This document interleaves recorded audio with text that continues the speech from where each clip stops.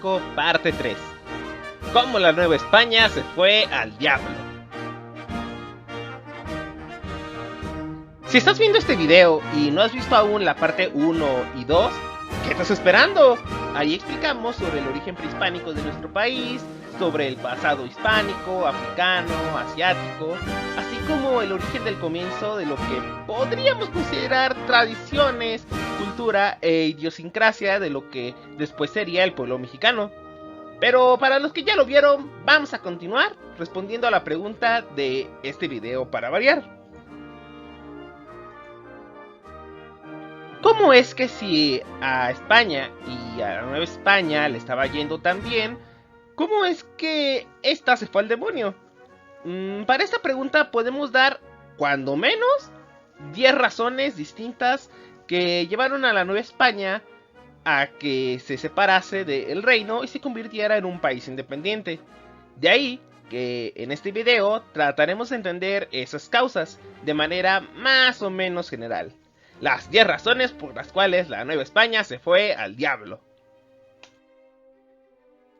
El cambio de dinastía de los Austrias hacia los Borbones y el inicio de las reformas borbónicas debido a una práctica muy común entre la nobleza y entre algunos norteños de casarse con las primas, pues llevó a que Carlos II, llamado el Hechizado, muriera sin dejar descendencia, lo que llevó a que una nueva casa monárquica tomara el trono. Primero con Felipe V y posteriormente con Carlos III, quien se dispuso a poner nuevas reglas, las reformas borbónicas, las cuales afectaban principalmente a las colonias, ya fuera porque exigían mayor cantidad de impuestos o porque limitaban el actuar de los españoles y especialmente los criollos, es decir, los hijos de españoles pero nacidos en América, y daba privilegios a los peninsulares sobre los locales, lo que a los españoles pues no los tenía muy contentos. Bueno, a los españoles peninsulares sí, pero a los criollos no, ya que se les hacía más complicado subir de rango en la escala social, por lo que no estaban felices. La expulsión de los jesuitas. Esa fue una de las cosas que también trastocó a la población en general. ¿Por qué? Bueno, los jesuitas eran una de esas congregaciones bastante queridas por los locales, ya que fundaban escuelas, educaban a la gente en servir a Dios, incluso por encima del rey, fundaban hospitales, orfanatos, haciendas para que los más necesitados pudieran trabajar, y así, hasta que, por órdenes del rey, en plena madrugada, los jesuitas fueron invitados educadamente por el rey a irse a la chingada, dejar sus cosas e irse en ese preciso instante, escoltados, sin hacer maletas ni nada, para tomar un barco y largarse con destino al Vaticano, a Rusia o a donde menos fuera territorio español. Esto obviamente no hizo sentir muy feliz a la población. Las guerras que España mantenía con Francia e Inglaterra. Verán, como España y en menor medida Portugal se habían sacado la lotería con sus colonias en América, sus vecinos, Francia e Inglaterra, bastante celosos, entraron en constantes conflictos a bien de arrebatarles sus riquezas obtenidas mediante ya fuera a sus corsarios, piratas pero con permiso de la corona, o directamente invadiendo los puertos españoles o sus tierras, motivo por el cual los españoles se vieron forzados a exigir más dinero de parte de las colonias, que ya de por sí estaban dando todo lo que podían, a partir de subidas de impuestos, préstamos voluntarios a la corona y cosas por el estilo, que hicieron sentir a los novohispanos ultrajados por la autoridad que solamente exigía más, pero no les pagaba con privilegios en particular. La inflación causada por el excedente de producción de plata. Este tema se explica un poco mejor en nuestro video de Historia del Dinero y por qué este no vale nada, el cual pueden encontrar ya sea en la descripción de este video o en las tarjetas del final. Pero en resumen, la cosa estuvo así.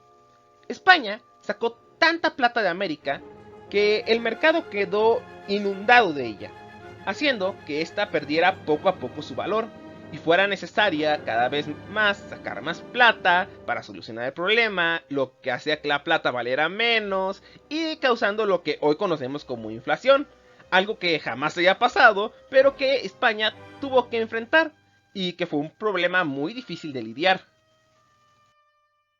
La piratería, los corsarios, el contrabando y el pillaje. Por si fuera poco, mucha de esa plata no siempre llegaba, ya fuera porque los pillos españoles se la quedaban evadiendo el impuesto del quinto real, el 20% de sus ganancias, algo así como el IVA, pero de aquel entonces. Como fuera lugar, o bien, contrabandeando la plata sin quintar, es decir, sin el sello real y sin separar la porción para el rey, con los piratas, corsarios o simplemente contrabandeándola a través del territorio. Además, que mucha de esa plata era robada por los mismos piratas, corsarios o bandoleros, que se aprovechaban de las grandes riquezas que se transportaban, y como siempre, el gobierno, pese a intentar a toda costa evitar el contrabando y el fraude fiscal a través de las alcabalas, una especie de SAT, aduana o caseta permanente o semipermanente para tratar de evitar el pillaje o el contrabando, no les era posible evitar al 100%, pues el tema de la evasión fiscal era complicado. Para los novohispanos era mucho más barato comprarle o venderle a los piratas o a los puestos ambulantes que a los puestos establecidos, todo con tal de no pagar los impuestos. Se nota cómo no hemos cambiado en todos estos 500 años. Pero bueno, en fin, continuemos.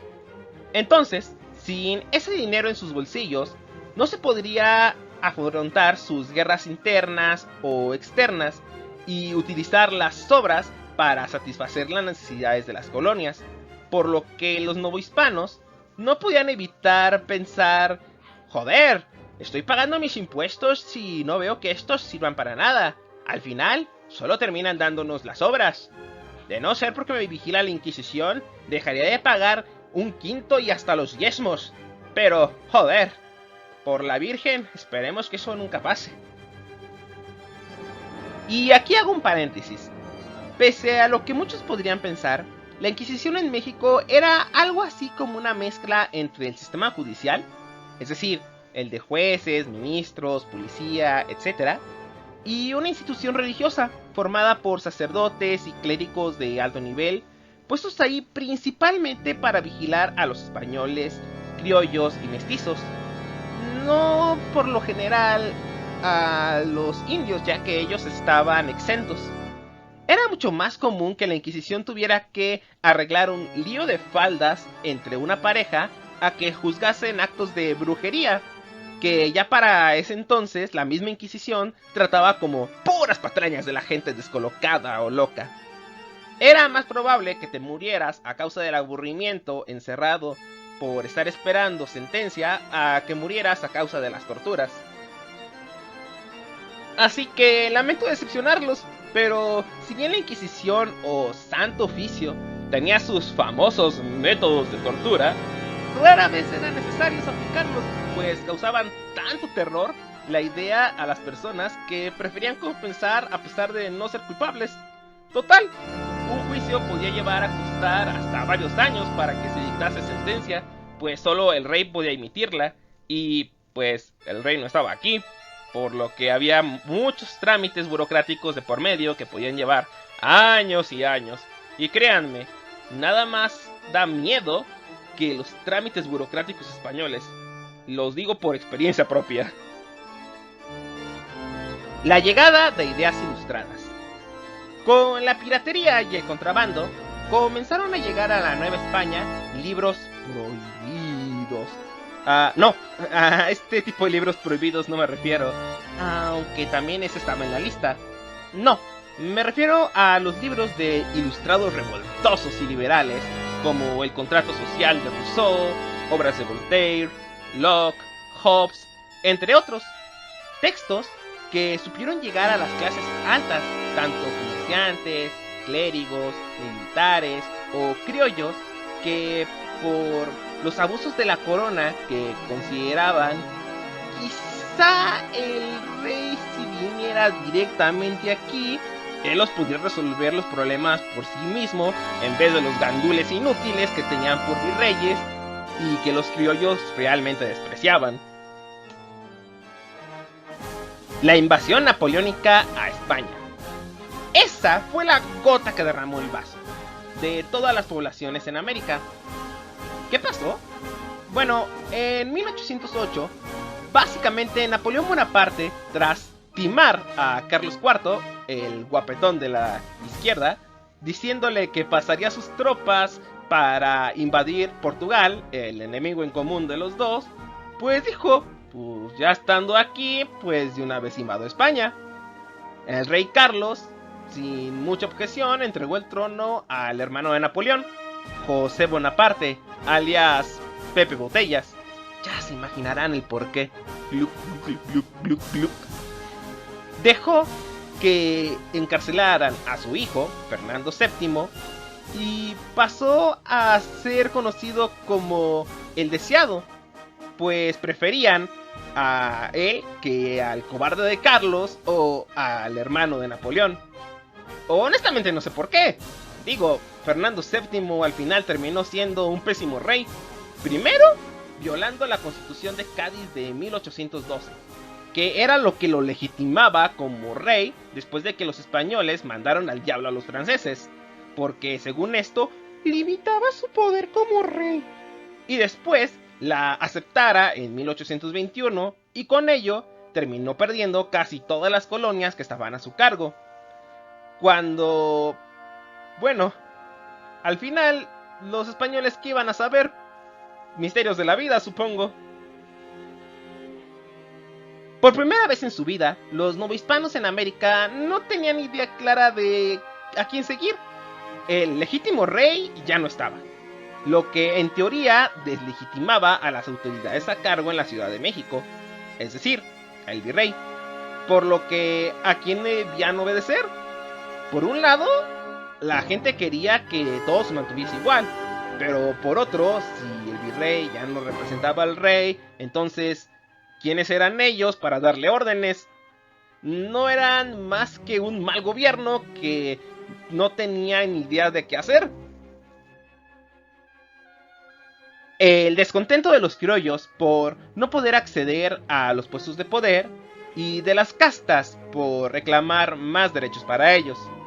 En este punto, los criollos estaban hartos de no poder acceder en el poder. Las castas de ser menospreciadas hasta por los propios indios. Y los pobres, pues, por ser pobres. Los bandidos por la crisis y no tener a quien robar y cosas así. Pero sin duda, lo que más molestaba era que los criollos, ellos tenían los medios económicos para administrarse solos, pero eran demasiado leales a su rey y a su dios como para hacer algo al respecto. Quizá el único suficientemente valiente y estúpido a la vez para atreverse a iniciar un movimiento para buscar la autonomía de la Nueva España fue Primo de Verdad y sus amigos, pero el plan fracasó y todo se fue al demonio. Digamos que básicamente el plan de las autoridades, o sea, los virreyes en la Ciudad de México, era un no hagas nada, el problema se solucionará solo. Seamos leales a nuestro rey y esperemos pacientes a que los peninsulares lo arreglen todo. Mientras aplaquemos a todos los traidores revoltosos que nomás están causando problemas a nuestro rey. Lo único que podía llegar a pasar es que algunos criollos se rebelaran o que algún cura de rancho con ideas revolucionarias tomase un estandarte de la Virgen de Guadalupe en señal de respeto a Dios y al grito de ¡Viva Fernando VII y muera el mal gobierno! Tratará de legitimar su acción, lo cual, como tal, todos sabemos que fue justamente lo que pasó. Las guerras civiles desatadas en todas las colonias americanas. Y así, no solamente en la Nueva España, sino que en todas las colonias americanas, diferentes caciques comenzaron a levantarse en armas, desconociendo al gobierno, buscando... ¿Espera, qué demonios estaban buscando? Bueno, En el caso de Miguel Hidalgo, por ejemplo, planeaba que de algún modo pudieran traer a Fernando VII a que gobernara México. Morelos, por otro lado, planteaba la independencia absoluta de la Nueva España. Vicente Guerrero y Guadalupe Victoria tenían planes un poco distintos, pero no tenían lo necesario para poder concretar su plan. Los movimientos y el proyecto de nación de Morelos, igual que el de los demás, terminó fracasando. La gente quería conseguir lo que todo el mundo quiere, paz y orden. Pero ¿cómo? Y finalmente, el deseo de las élites, militares, comerciantes y la iglesia de que todo se mantuviera como siempre había estado. Ya hartos del conflicto, del derramamiento de sangre desmedido, de que los esfuerzos de todos por mantener las cosas en calma para que el rey lo arreglara todo habían fracasado, y que no podían contar con los españoles peninsulares para acabar con todo este conflicto, y que para colmo de todos los males, el zoquete del rey Fernando VII había aceptado la Constitución de Cádiz, lo que implicaba otra vez un cambio de todo el orden social, un cambio en las élites, en los militares, y los comerciantes y la iglesia llegaron a una especie de pacto. Todo gracias a que preferían la independencia a perder los privilegios que tanto les había costado alcanzar. Y para lograrlo, haría falta la astucia de un militar conocido como Agustín de Iturbide, quien tras mover sus hilos y convencer a los insurgentes de que querían exactamente lo mismo, el 27 de septiembre de 1821 fue posible firmar un acuerdo que dejara a todos satisfechos, creando una nueva nación, el Imperio Mexicano. Con la firma de los Tratados de Córdoba, nuestra especie de acta de independencia, firmada por el virrey Juan de O'Donoghue, por Agustín de Iturbide, Guadalupe Victoria, Vicente Guerrero y los demás insurgentes, quienes al llegar se dieron cuenta de que tal vez Iturbide los había timado, pero eso que importaba, al menos ya eran un nuevo país. Poco después, Iturbide sería nombrado emperador y todos fueron felices para siempre. Fin. Por supuesto que no. En realidad, justo aquí es cuando comienza la historia de México. El comienzo de un gran desastre, uno tras otro, entre luchas internas, externas, complots políticos, traiciones a la patria, invasiones extranjeras, pero si quieres saber cómo fue que esta nueva nación se iría al demonio una y otra vez, suscríbete, ya que en el siguiente video hablaremos sobre el siglo XIX en México, el peor siglo para vivir en este país si me preguntan a mí. Pero eso lo descubrirán en la parte número 4 de esta serie, de ¿cómo fue la historia de México? ¿Cómo fue que lentamente México se fue al diablo durante el siglo XIX? Gracias por ver el video. Si te gustó, por favor, dale un like y compártelo. No olvides suscribirte. Publicamos videos sobre historia, arte y cultura siempre que nos es posible. Si quieres apoyarnos, suscríbete y no olvides activar la campanilla para recibir notificaciones cada que subamos un nuevo video. ¡Hasta pronto!